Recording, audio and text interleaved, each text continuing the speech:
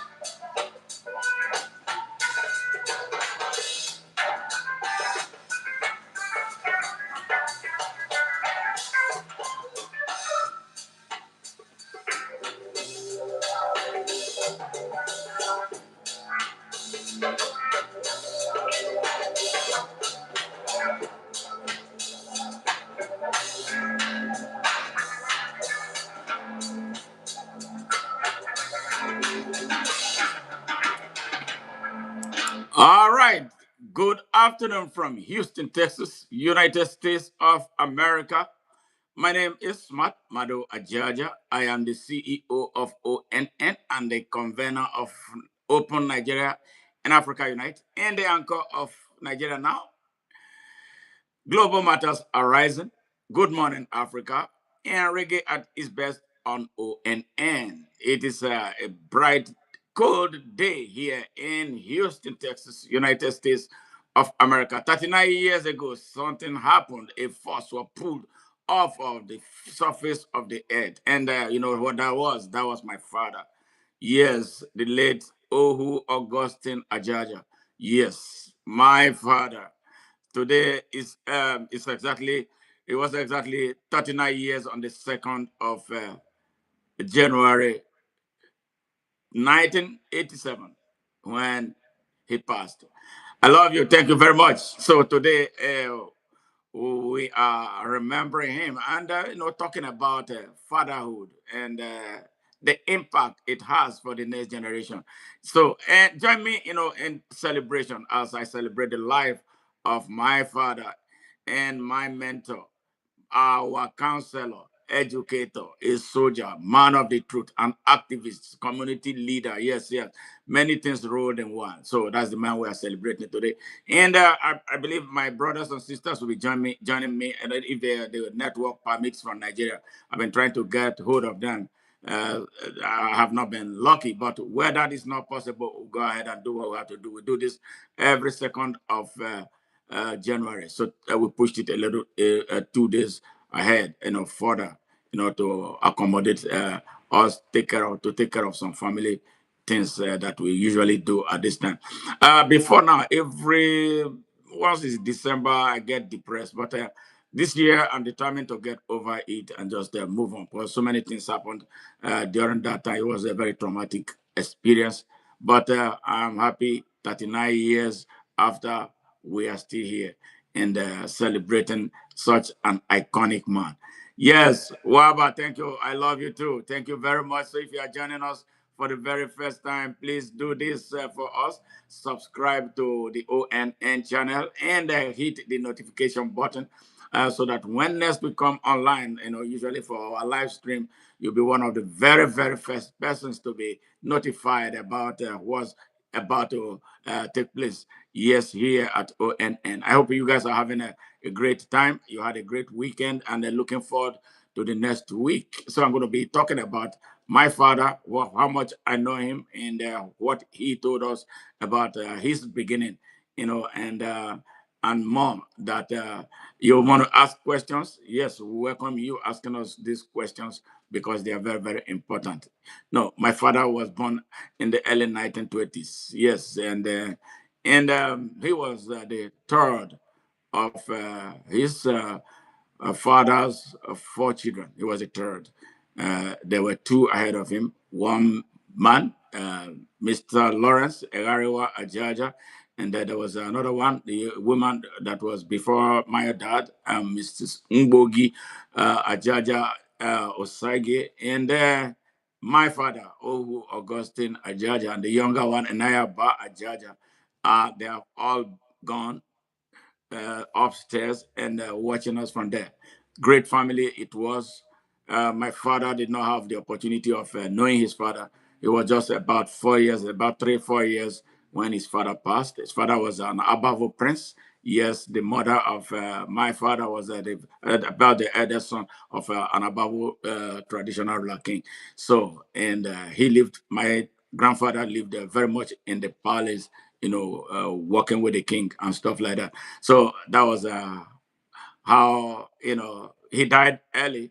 My grandfather died early, so he left these four children to his young wife, to Mrs. Ohu Ajaja, from what we call Edo State today. All right, our my hometown, where we come from, my family, we have very strong ties to the Edo people. So that's the history of my hometown. You know, is derived from Edo State, most part.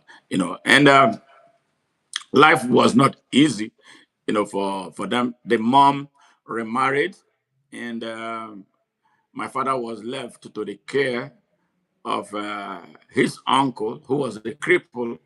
Yes, he had a functional mobility challenge, and my father grew up to be his transportation.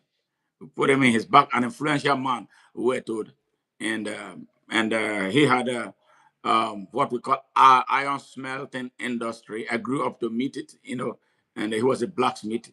He can fabricate many things, and his we say popularity spread across the Niger because of the kind of work he was in iron smelting, what we call metallurgical engineering. So I grew up to meet that factory there.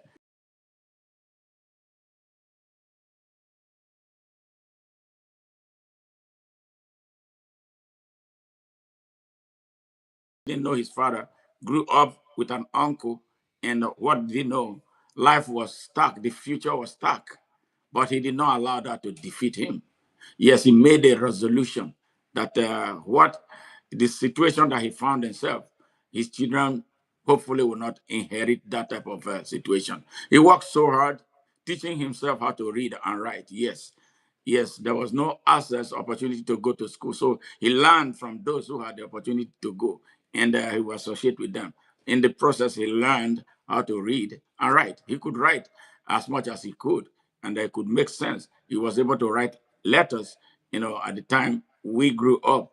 And then, in order to test our reading ability, reading and comprehension abilities, when anybody writes him a letter, he will make us read those letters to him and explain it to him.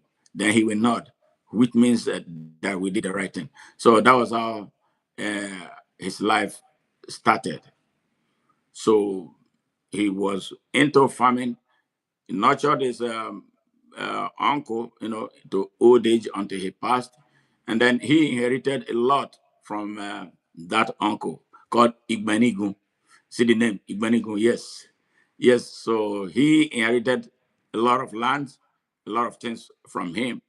So his own older brother spent a lot of time in the palace before he went to Sapele to learn how to be a mechanic. The oldest brother was a lorry mechanic. He was the very first.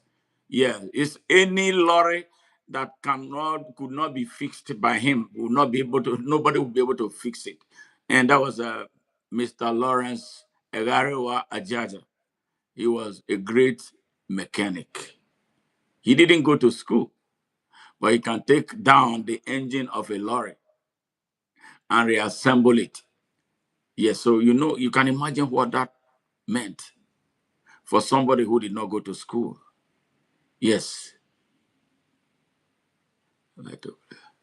yes. So that's how my brother. So my father, the mom of my father later had some three other children from another marriage. You know, one actually four. Two brothers,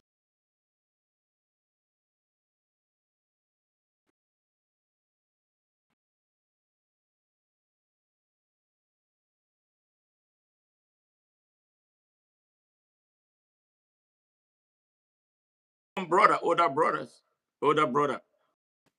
Yes, he had lands that are allocated to people. So it was interesting. It was interesting how everything revolved around him. He was a natural leader, a community leader, a counselor of men, a warrior, an activist, a voice for his community. So you imagine where some of the attributes that I and my siblings have came from. Where he taught us honesty, honesty, honesty. He taught us that it doesn't matter if you are the only one standing, as long as you are morally convinced that what you are doing is right, you stand. No matter how much people laugh at you, no matter how much they deride you, stay firm on your position as long as you are morally convinced that it is right. So you see, that is why we are where we are. If talking to Nigerians who know members of my family, you know my brothers and sisters, you know that you cannot corrupt them. They don't need anything. They don't have to pay you or be paid to do what they can do for you in their line of duty or as human beings. So that's what we are. We are always we do our best to stay on the right path of everything. So for that reason, we suffer. Yeah, because of the system. The society does not like people who speak the truth. Yes. But that's all we know how to do. It's in the blood. We learn it from the beginning. In fact, that's the first sermon that you are given. We are not like every other person. We take pains. We help people because they taught us kindness. They taught us humility. They taught us everything.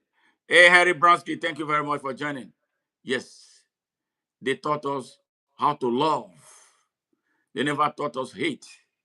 Coming from Nigeria, they did not tell us that we were Southerners. They didn't tell us that we were anything else but Nigerians.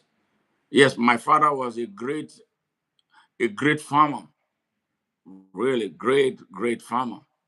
In his lifetime, he won prizes at the Midwestern agricultural shows. Yes.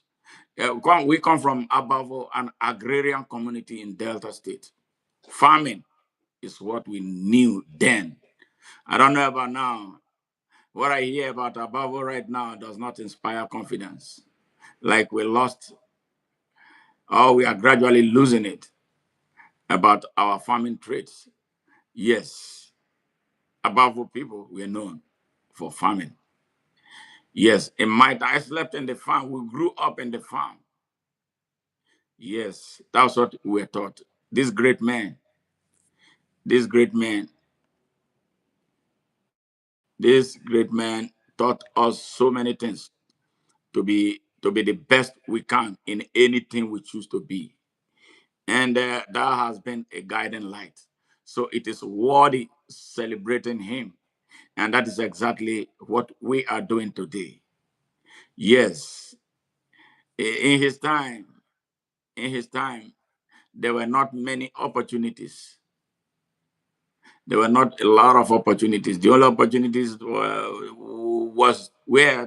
to farm and trade and stuff like that. Western education was just coming in, and it appeared was reserved for some people and not for all. Yes, and he made the best, but he knew the importance of education at a very those early times. He vowed that because he was denied access to education, that his children must be educated. Yes, yes. So those beginnings, being in charge of a man who had functional mobility challenges, but very influential person that the whole community listened to. Was a huge plus. And it taught him hard work, how to fend for himself, and it prepared him to be a great family man. And then when he came of age, he got married to my mom. And from what my mom told me, that my dad was a friend to his oldest brother, or to her oldest brother. And knowing what I know about his older brother, he was like a lion. Um, you don't challenge him. He was the one who said to my mom, "This is your husband." He was the one. My dad was his friend. And that man, Mr. Oko Francis Soloko, my mom's oldest brother, was the one who chose my mom for my dad. Initially, according to my mom, she said she refused. She didn't want to do it. And the pressure got much from Oko, and she had no choice than to do it. And it turned out to be the best choice ever. Because along the line, as close as I was to my mom, we shared a lot of things. She told me so many things about those who had asked for her hands in marriage. When I looked at those men at the time, I would be like, no, this man would never have been my father, could have never have been a good father to me. So I would say, well, my father did a great job, forcing you to accept my dad. And I will laugh and stuff like that. And it turned out really to be a great choice. They were two great parents, who worked so hard, family, oriented, loved their children. They did their best, their utmost best, to raise us, to inspire us, to nurture us, uh, to be the kind of people we are right now. And in times of, there was times of scarcity and stuff like that. And we went through all that to be where we are right now. And very close knit family, very, very, very, very close. For me, right now, I don't want to accept that position because my father had three children before me. I was the fourth son and fourth child, and a younger sister. Then two before me died. And then later he had two more. So we are five right now. Five children, all doing very well in their own beats, in their own way. And one thing I celebrate about each and every one of us is honesty. Die hard, honest people. We are not a crooked people. Yes.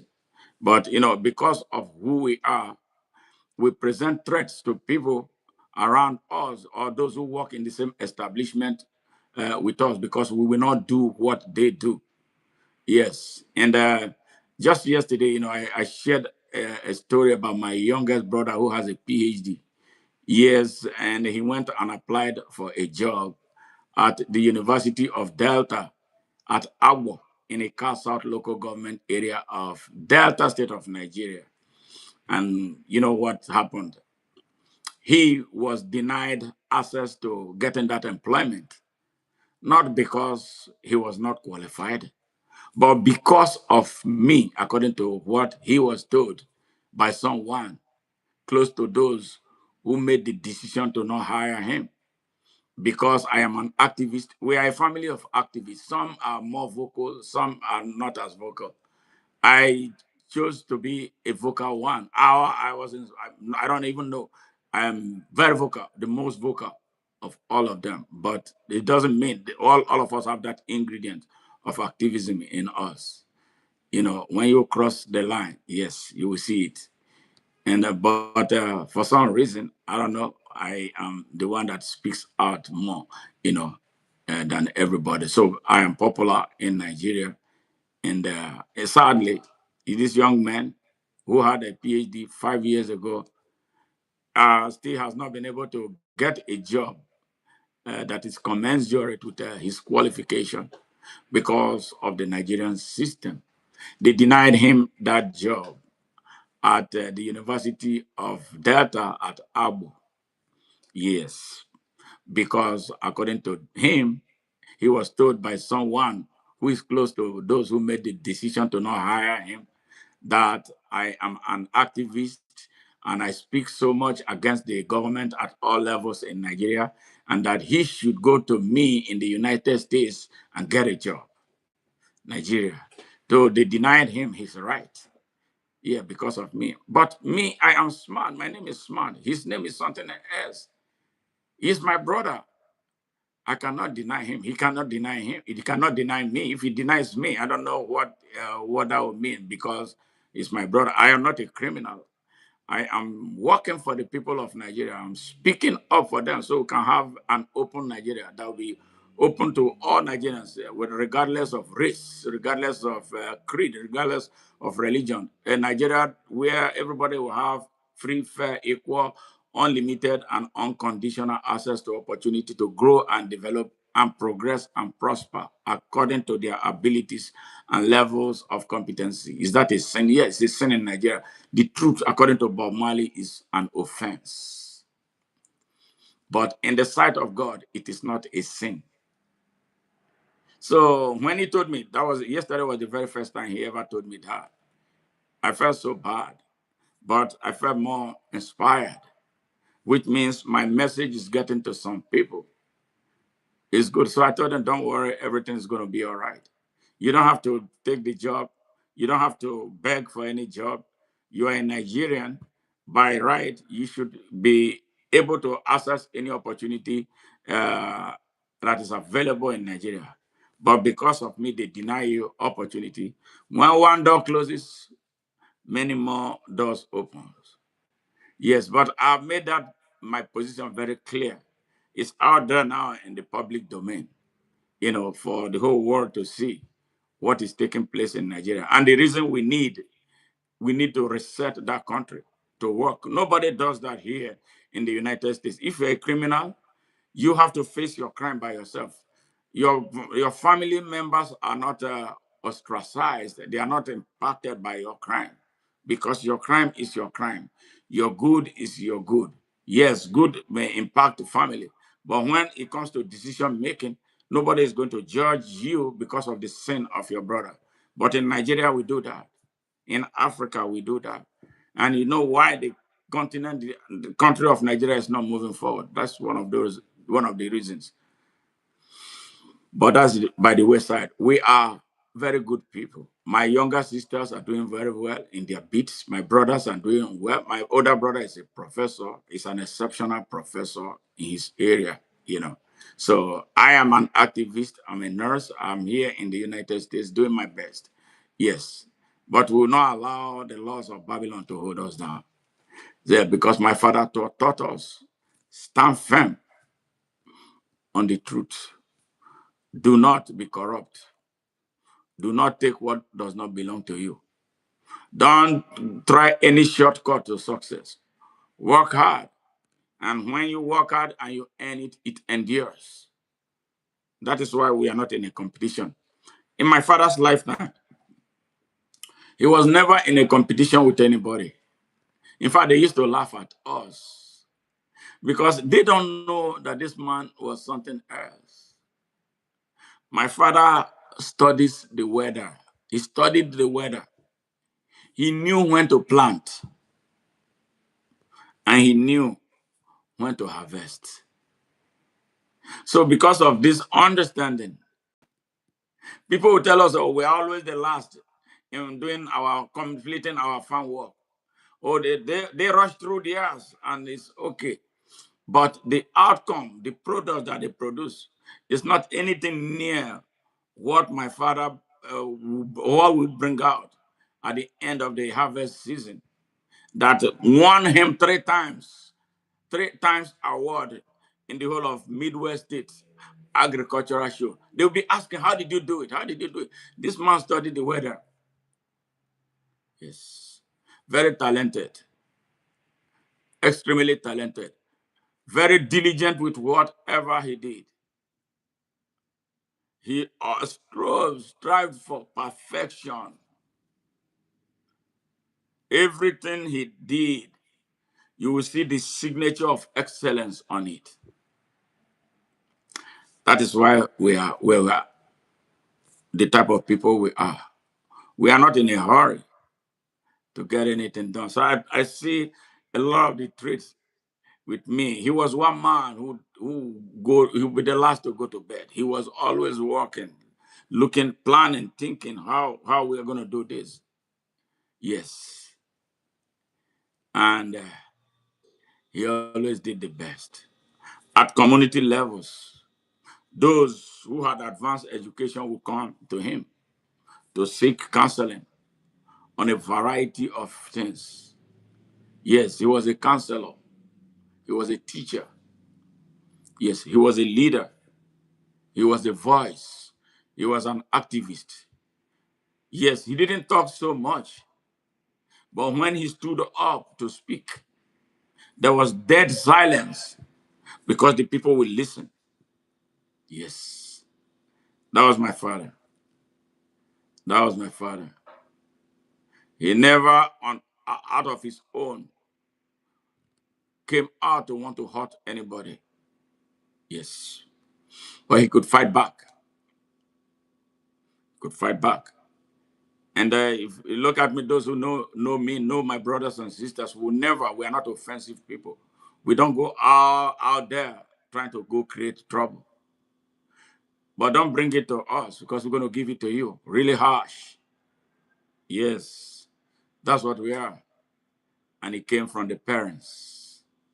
Yes, it came from the parents. Whenever there was trouble in my hometown, it was one of the last persons they will ask, last line of defense. When you're looking for wisdom, that's where he came. He never failed.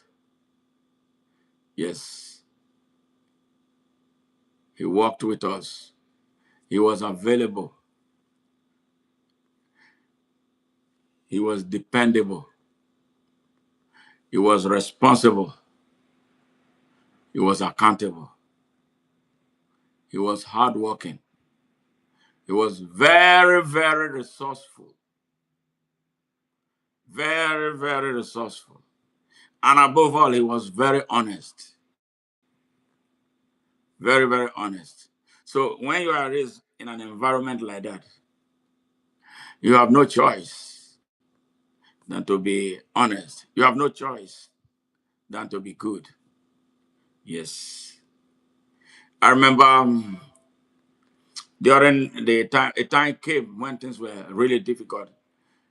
During the period of time that they claim was a civil war era in Nigeria that we know was a genocidal thing that was not near any civil war. It was just a massacre of some people that were so hated by the Fulani elites in Nigeria who rallied the Nigerian people to gang up against the Igbos, with hate. And they controlled the narrative and the media.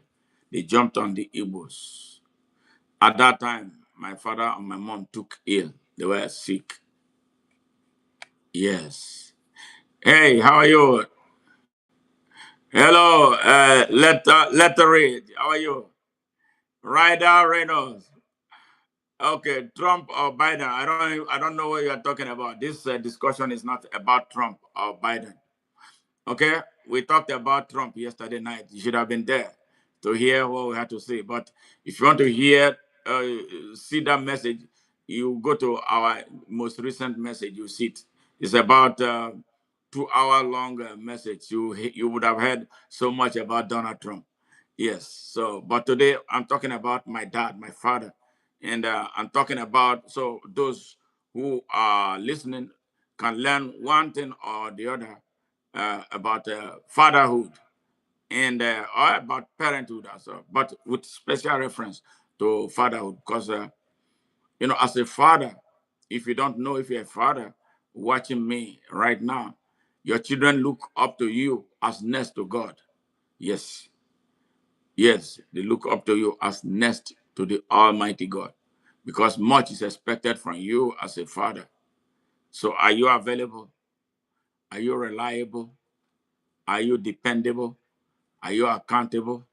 Are you usually available? Are you responsible? Yes. Are you hardworking? Do you provide for your family? Those were the things my father did for us.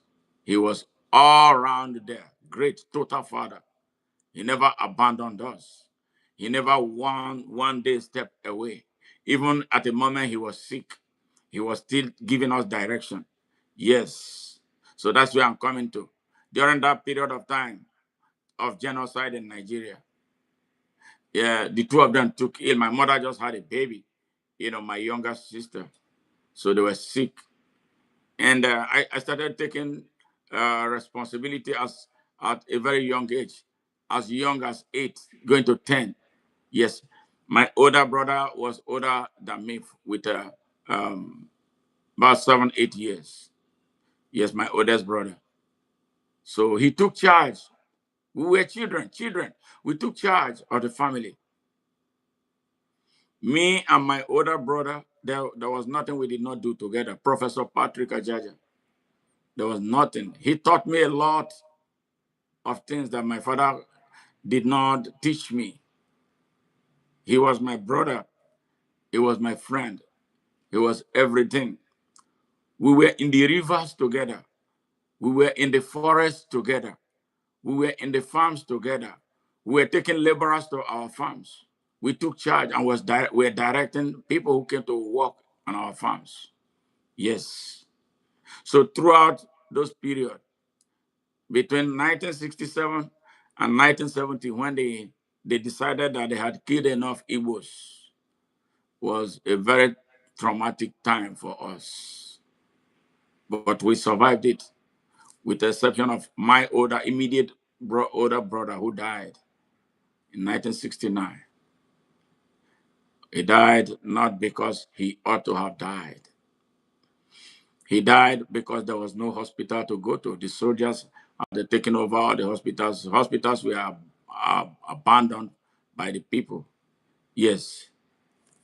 So that was how it was with us.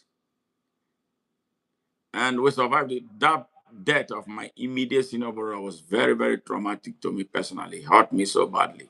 In fact, because of how close we were. Yes. Yes. It is. But we survived it. And I had to delay entering elementary school because of how badly my father took the death. He would cry. We would go to the farm. I spent more time with him until 1971. 1971. That was it. And I saw this young man who suffered polio. He would drag himself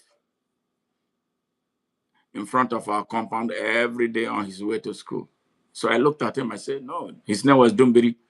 And I said, if Dumbiri could go to school with his legs this way, why can't I?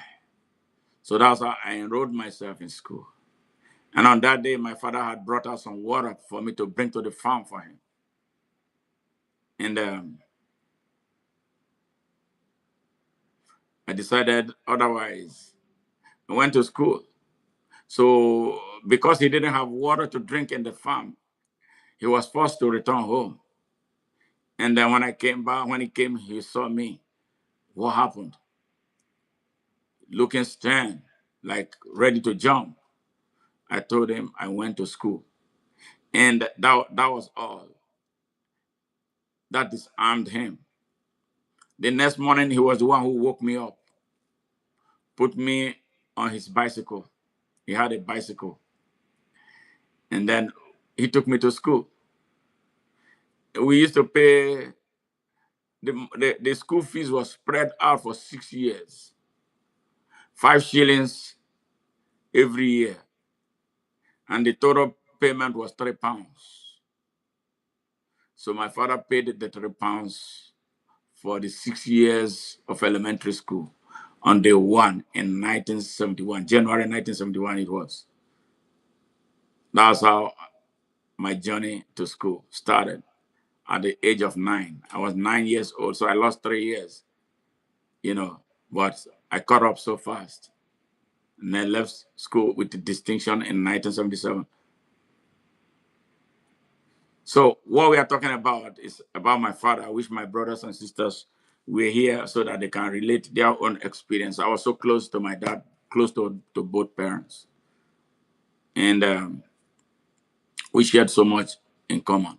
We had some serious moments, some frightening moments too. Yeah, there was a day in the farm, he got sick and was throwing up and had diarrhea. I don't know how I did it. I put my father on my back and ran with him. The same race that I started from the farm was what took me home until we got into the hospital, to a hospital at Agbo, where he was treated. Yes. And he was always returning late from farm because he was a workaholic. He was a workaholic. He never returned from farm at the time others would return. And every time I was worried, everybody was worried about him. I never went to sleep until he returned from farm. But there was this day something happened. I did not feel right. I did not feel right at all. And the road to the farm was so stark dark. It was scary. Well, I put my head on the road. When he did not, maybe after 8 p.m., he was still not back home.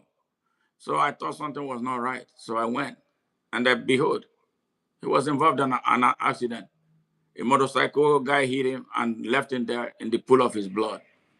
So that was how we discovered him, brought him back home again to the hospital. That man was a very daring man. Now, some of the behaviors that exhibit are all synonymous with what he was as a human being. He was never scared of anybody. He was never afraid of any environment. Yes. Growing up, starting young, it looked like it was, at the time, the first time that happened, it was like a punishment. He would put you in the front of his bicycle and make you run from the farm home. He will be riding behind you. He will not pick you up. Discipline.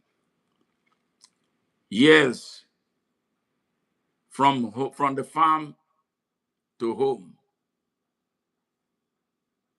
He will ride behind you, make you stay in front.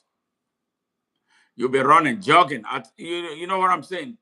9-year-old, 10-year-old, jogging. Your father is riding the bicycle behind you. He's not going to pick you. He's not going to put you on the back of the bicycle to ride you. No.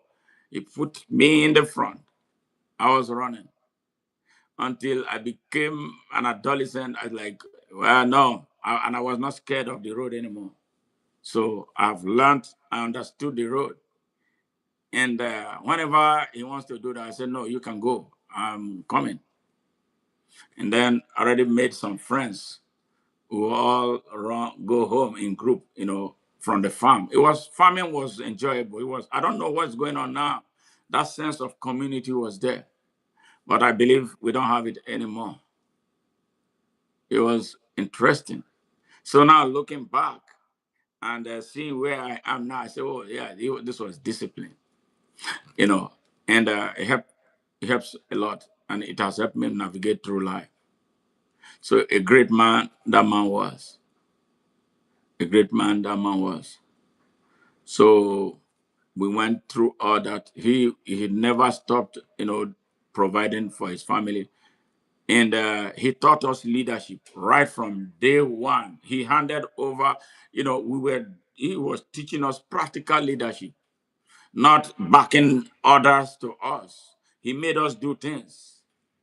So we rode into leadership seamlessly, seamlessly. Both parents, they gave us the free hands. They never forced religion on us, but they taught us morality. that you couldn't have done anything else than do the right thing. They didn't force it. They lived it. They showed the example. Yes. They provided the example. They never did anything wrong to for us to see. No, it wasn't. They were not those type of people who would do that. Always doing the right thing.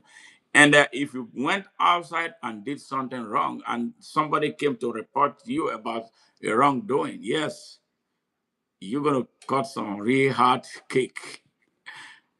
You see what I'm saying? Because we grew up at a time when it took a village to raise children, unlike what it is right now. The villages don't care anymore about anybody. People don't even care about their children anymore. Children are now raising themselves. They are the parents. That's why some children, especially from where I come from now, I don't know where else, they want to teach you your own history. They want to teach you the history.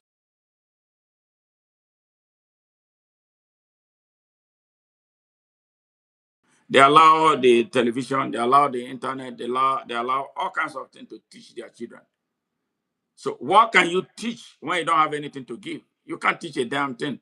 Solomon Almaz, okay, hello from Ethiopia. Much love. Thank you, thank you, thank you. Much appreciation. How are you? And how is Ethiopia? We love Ethiopia because I'm a Rasta man. That's where the Rasta origin started.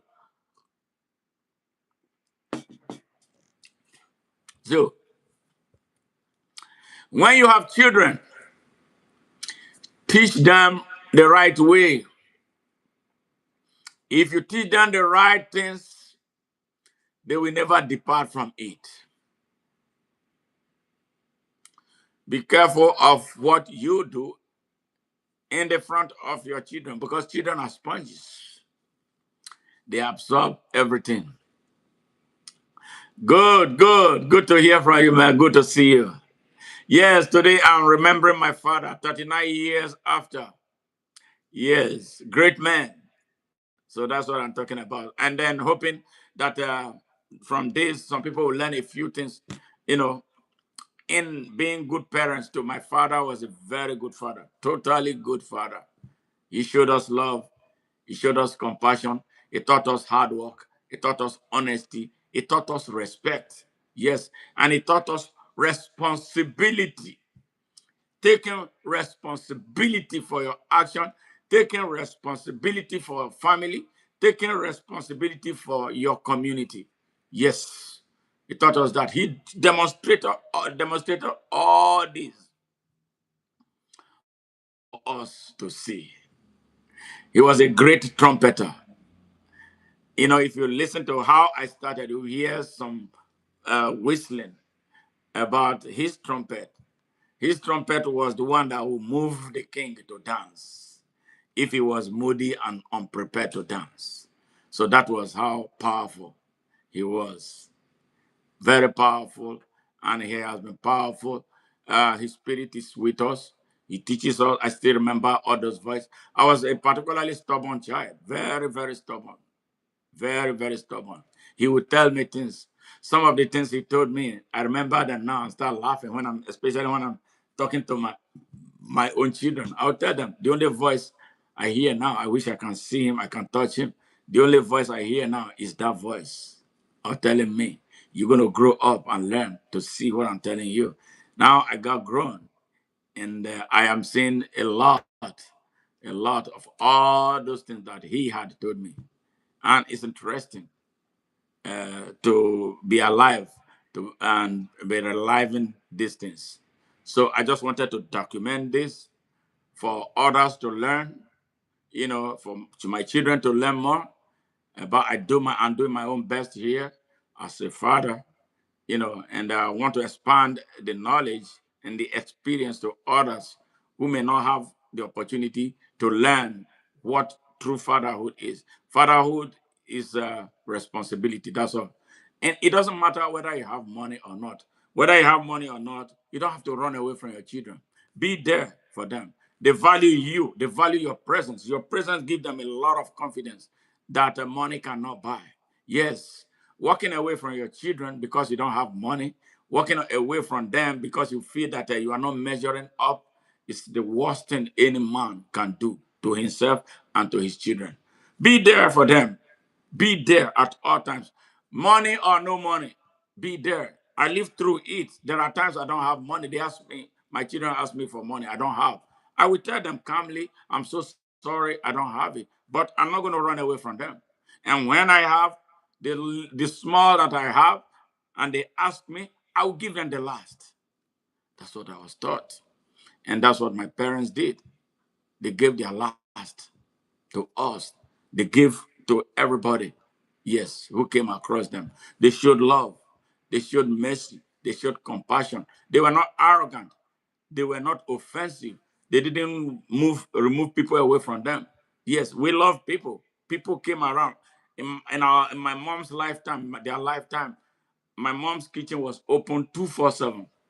Whatever was available, people came and we shared from people from far and wide, people who were not from my tribe. There were Yorubas that came through our house. As far back as in those 60s, 70s, there were Igbos who came. There were people from different parts of Nigeria. We didn't know hate. Now, what is happening in Nigeria is what I find it most difficult to understand. Why we now have so much hate and there's so much intolerance to the extent that people now wake up and begin to massacre people. I can't get it. I don't understand it, but it's happening. But I'm happy that I'm free from all those vices. So that's what we've been talking about.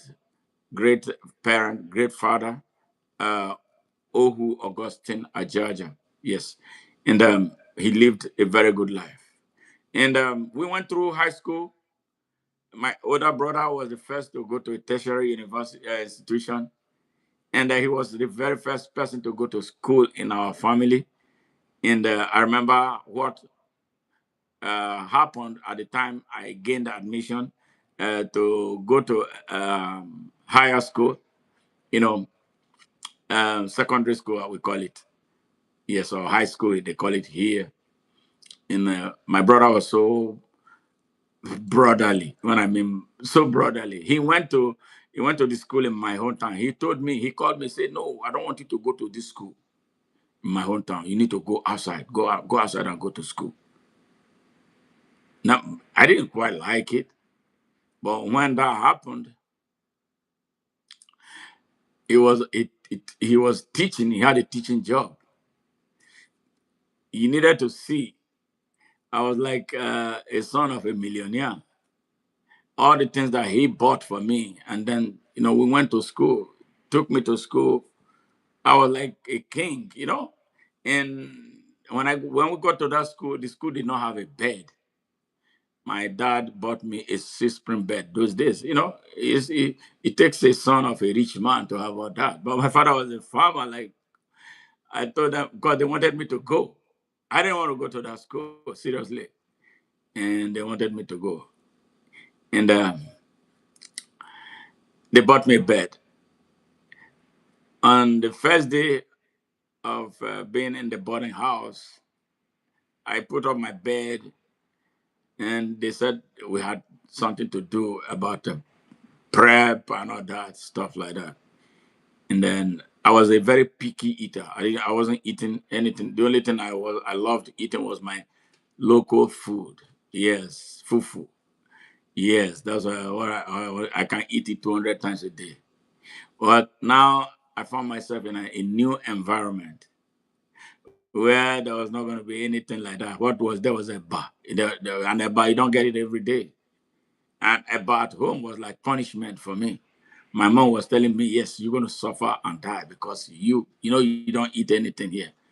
And then I like, I'm not going to go to this school, boarding house.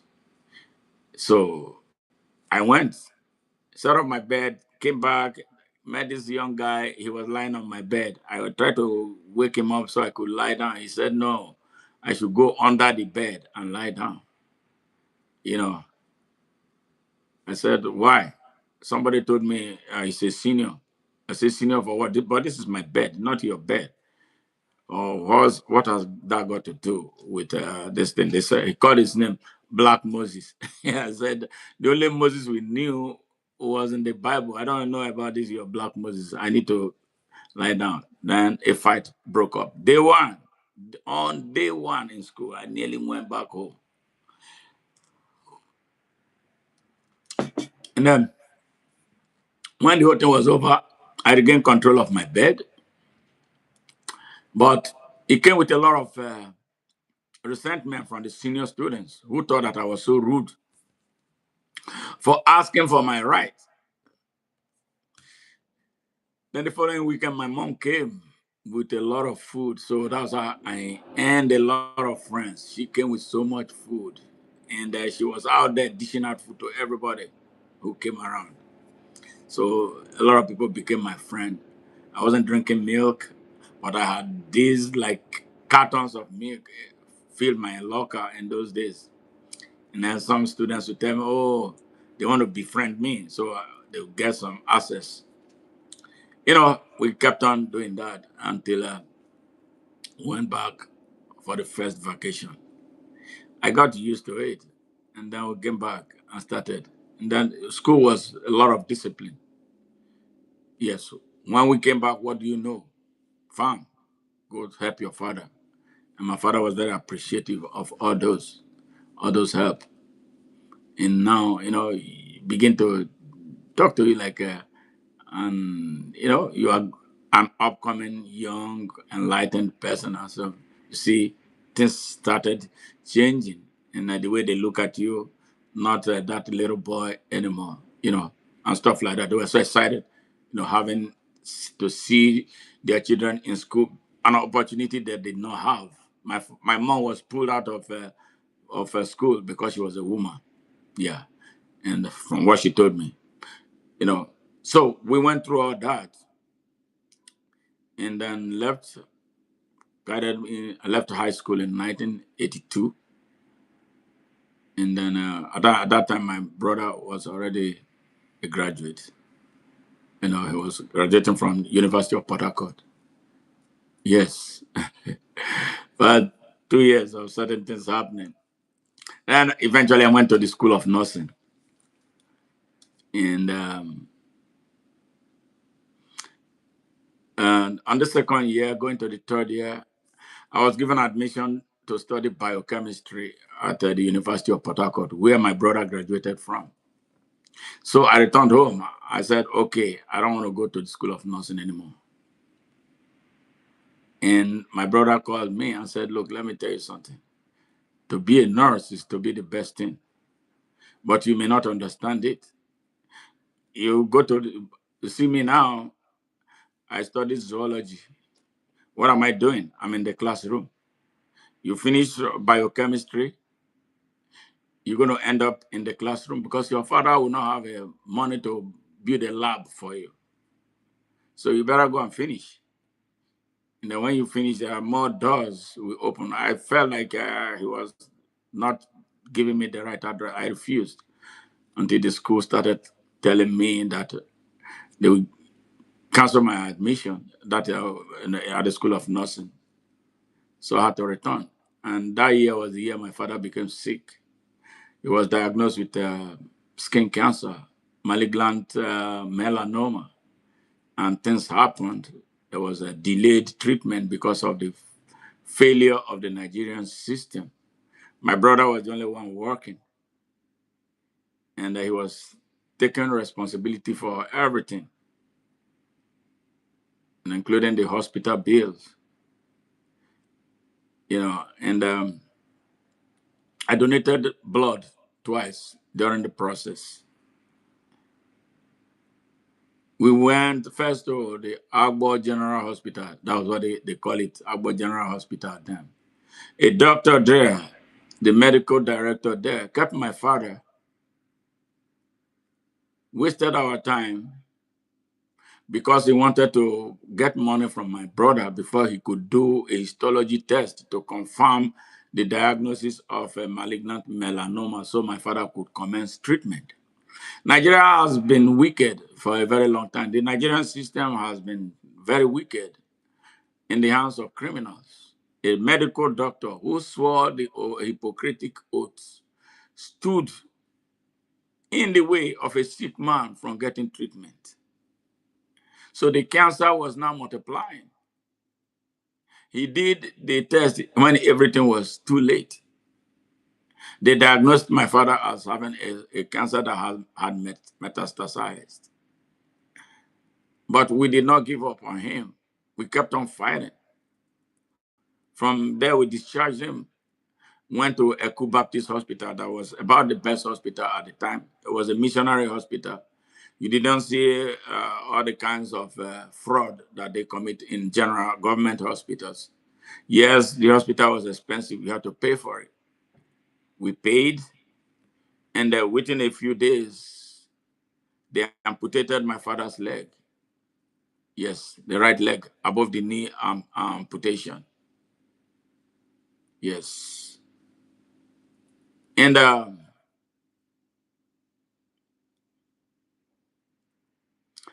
when my mom went to see him, at the sight of seeing him, my father with one leg gone, my mom collapsed and became a patient in the same hospital. You see, double tragedy at the same time for three young children and two other younger ones.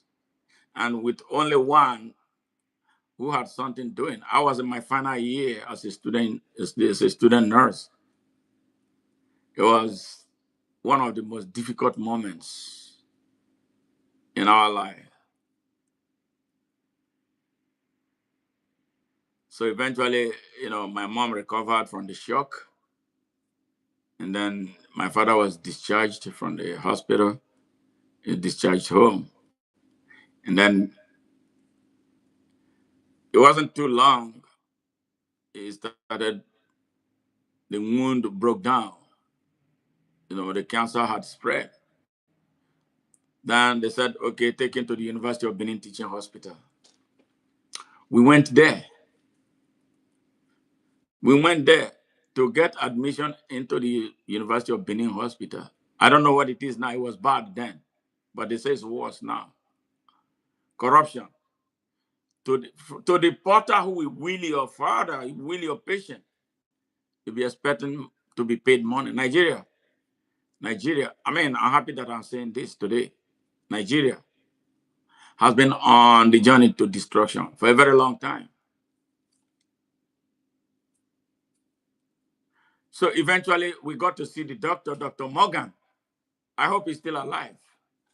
I really hope. But if he's still alive, he must be a vegetable now. Very rude man, very disrespectful man, very corrupt. They said he was an oncology surgeon. He demanded 1,800 naira then from us before he could do anything for my father. I told him, I said, Dr. Morgan, I am a student nurse, thinking that that was going to help him, be merciful. No, it didn't mean anything to him. He didn't even care about the patient's life. He don't care. Nobody cares. He insisted on taking 1,800 naira from us before he could touch my father. Yes. Corruption. Corruption in Nigeria. So, how did we do it? I don't know if my brother found the money. I didn't have money. I don't like hearing corruption. Eventually, my father was admitted.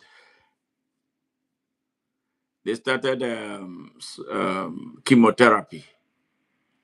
Chemotherapy was death, especially in Nigeria. To administer the chemotherapy took another 2 weeks. He was wasting his time, taking all his time.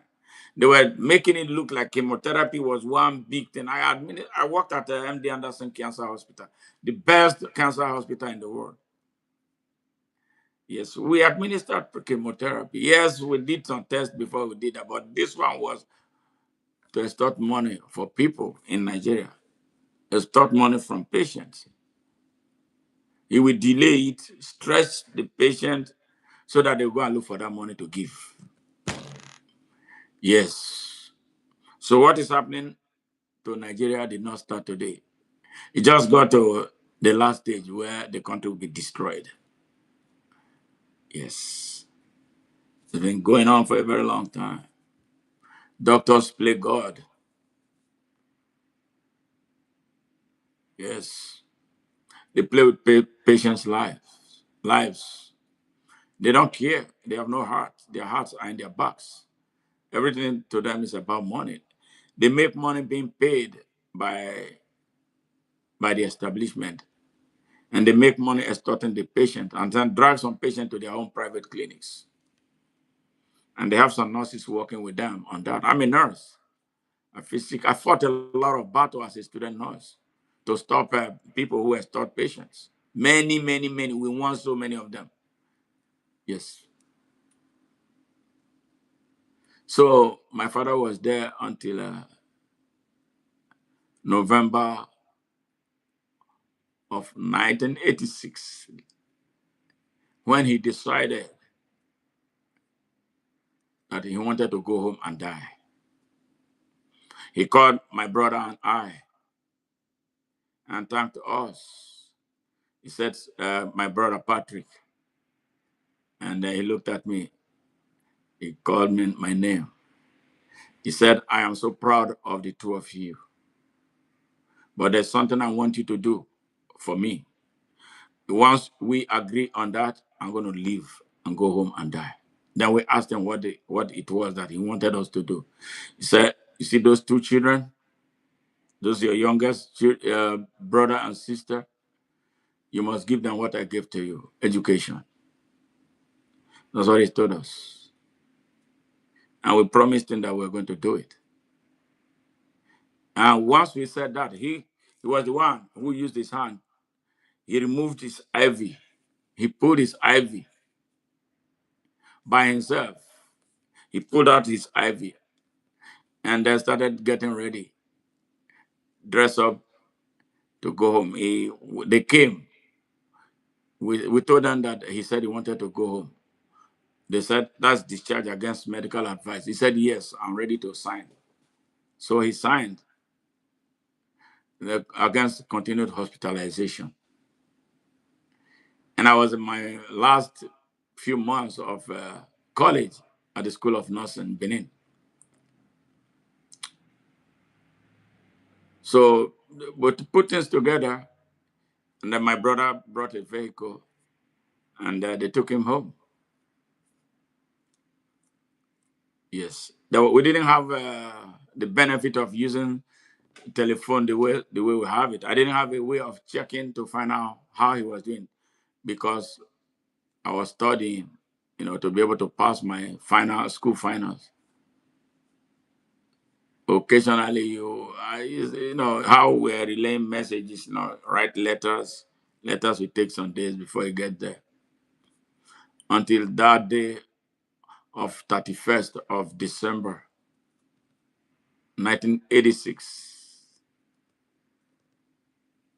I felt so hungry of going home.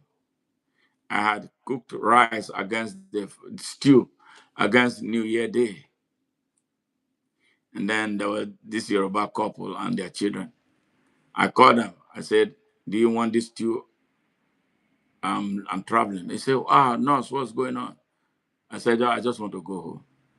So I gave them my pot of stew and everything, locked my door, and headed for the bus park where I could get a taxi to take me to the nearest place, Agbo.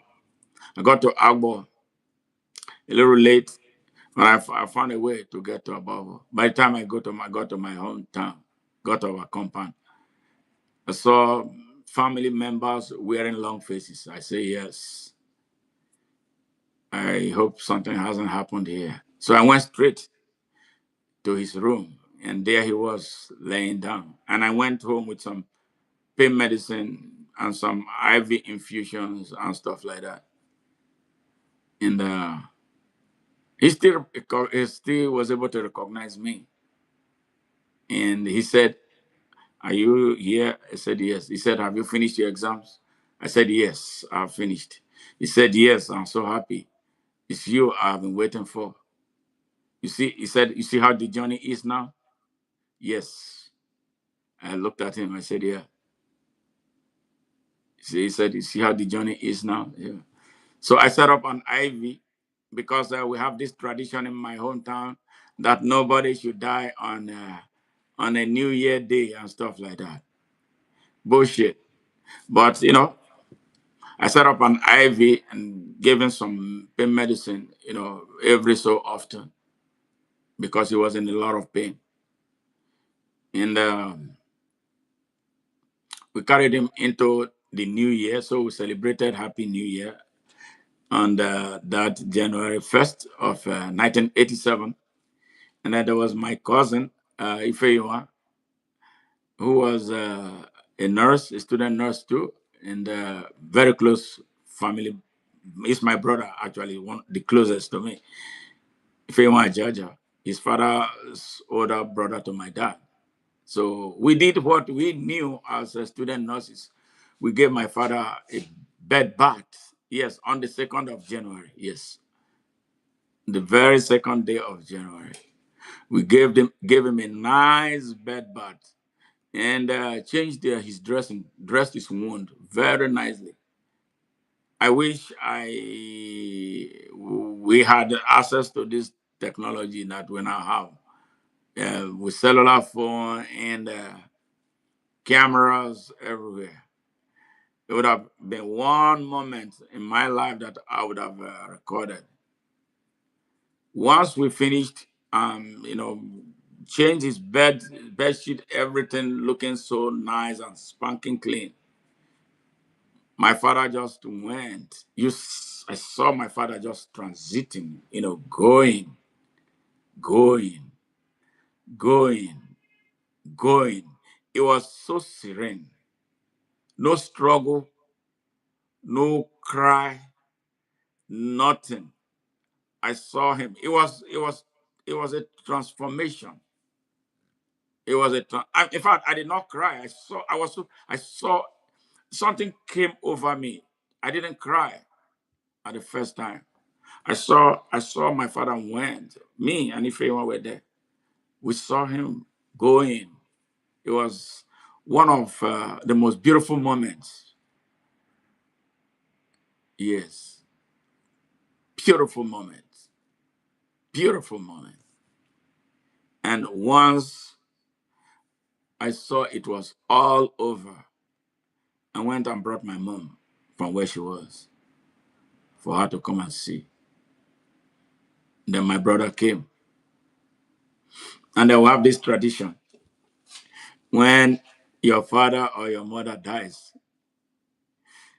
the community people, the villagers, those who are close to him, family members, they will ask you questions about how your father died. What happened to your father? It's traditional. And I loved it. So I tell my children here, sometimes we'll be laughing and doing things. I say, well, if anything happens to me here, you're going to face the Bible people because they're going to grill you, ask you, what happened to your father? Like as if you're the one, as if you're the one responsible for his death. What is part of our tradition. At the time, um, things were not the way they are right now.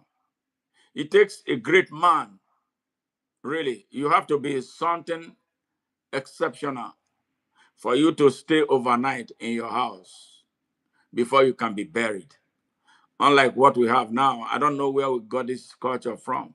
Now, this culture, you have to attain some age, you know, before you can be buried after one day of being in your place.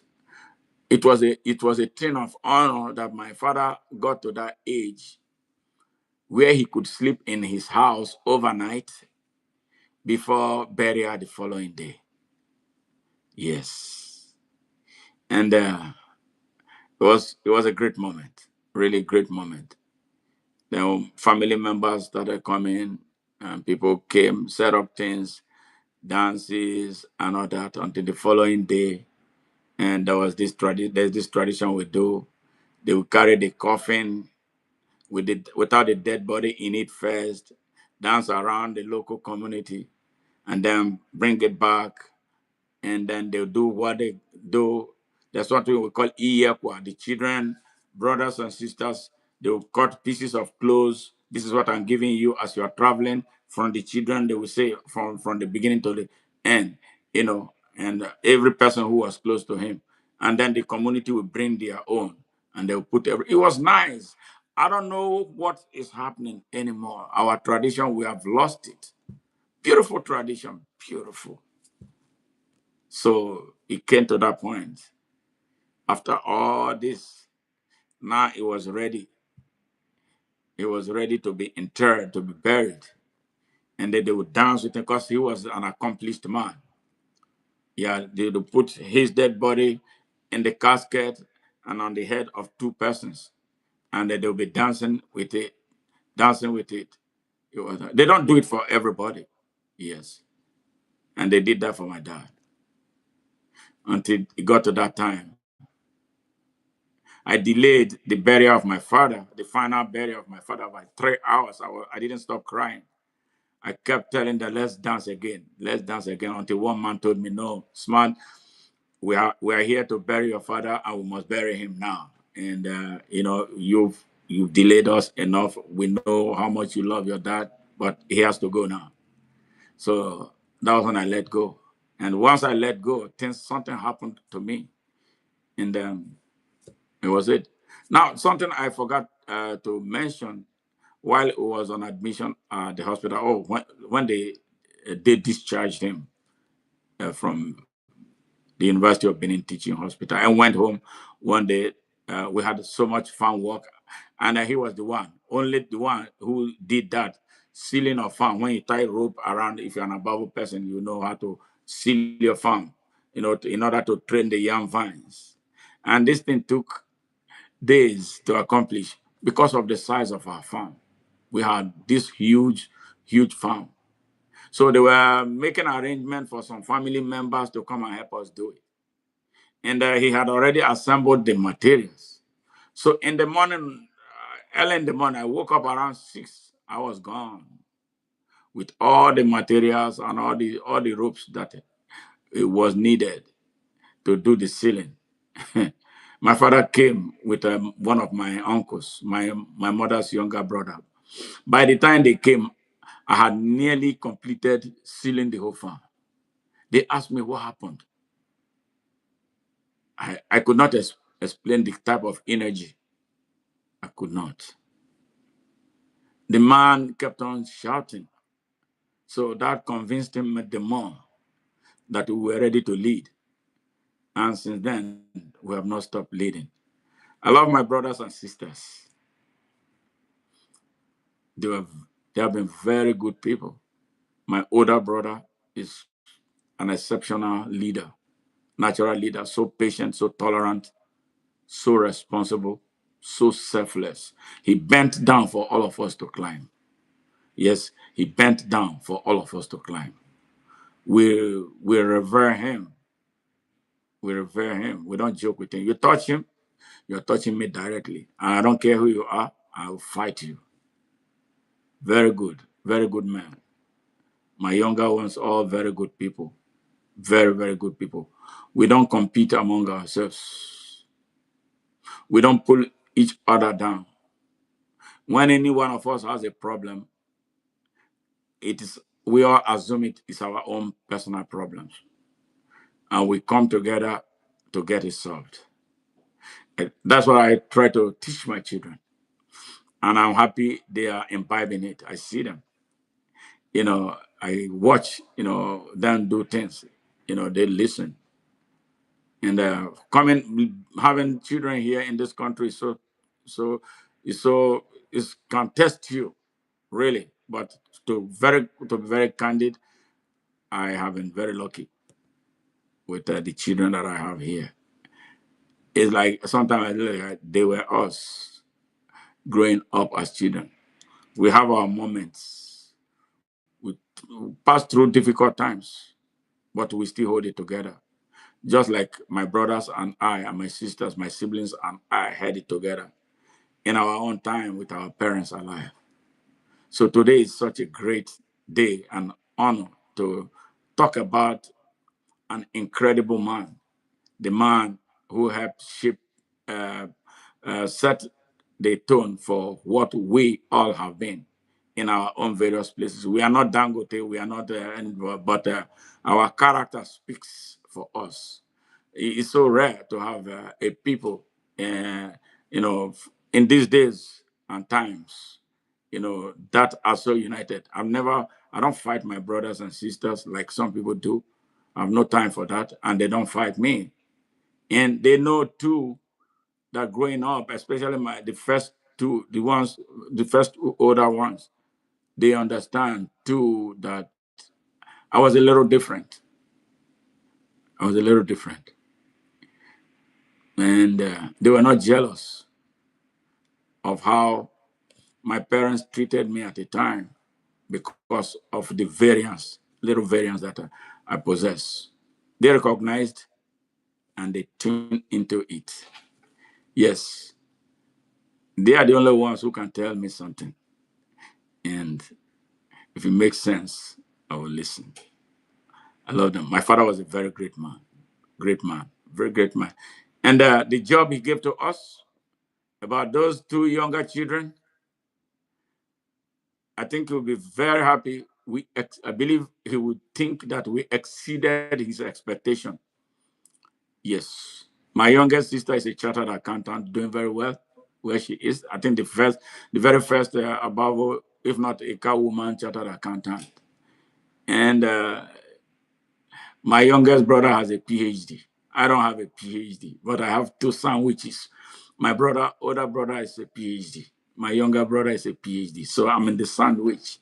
In my in my family, I think I am the least educated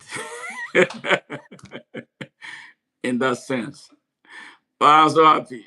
I'm so happy where we are, how we have turned out, and I'm hoping that things will get a lot better for us, and we'll be shining examples to the world. So I cannot change, no matter what they do to any of my siblings, because of what I represent for the people of Nigeria, not what I represent for me. I'm using what my parents taught me to advance the cause of the larger society. But if some people decide to punish my siblings because of who I am and what I represent, they are bringing curses upon themselves because we are a special people. You deny an educator an, an opportunity to educate the hearts and minds of tomorrow. You are a mass murderer. You are a genocidal person, far worse than Osama bin Laden and all the people that we talk about we are challenging today in Nigeria. So I am so happy that we had the opportunity to hear this rendition, and I wish my brothers and sisters were here to share their own special moments with my dad. And and again, the the network has not been very friendly, for them to do this. Otherwise, we would. Yes. So I am so happy to have had the opportunity of doing this for the records and for the benefit of those who want to aspire to be greater parents, doing what they are doing. Times have changed, a lot of challenges in the 21st century. But again, the basic is this. That is something you must understand. Children may not speak as openly as you expect them to speak, but they are very observant. They watch and they expect certain things, a high degree of responsibility from you, not because of the money that you have or you don't have, but your presence, your guidance, your responsibility, your accountability, your availability, your dependability. Yes, it matters a lot to them. So you as a father is next to God if you don't know. So if you are disappointing your children by not being available to them, you are doing something wrong. You are harming them. Let's do something better. We can make this better. Very important. So I am happy that I had this moment, this opportunity to share my own experience with my father and a general overview of what it was for the rest of us. Much love, and have a great day until I see you next time. Bye for now.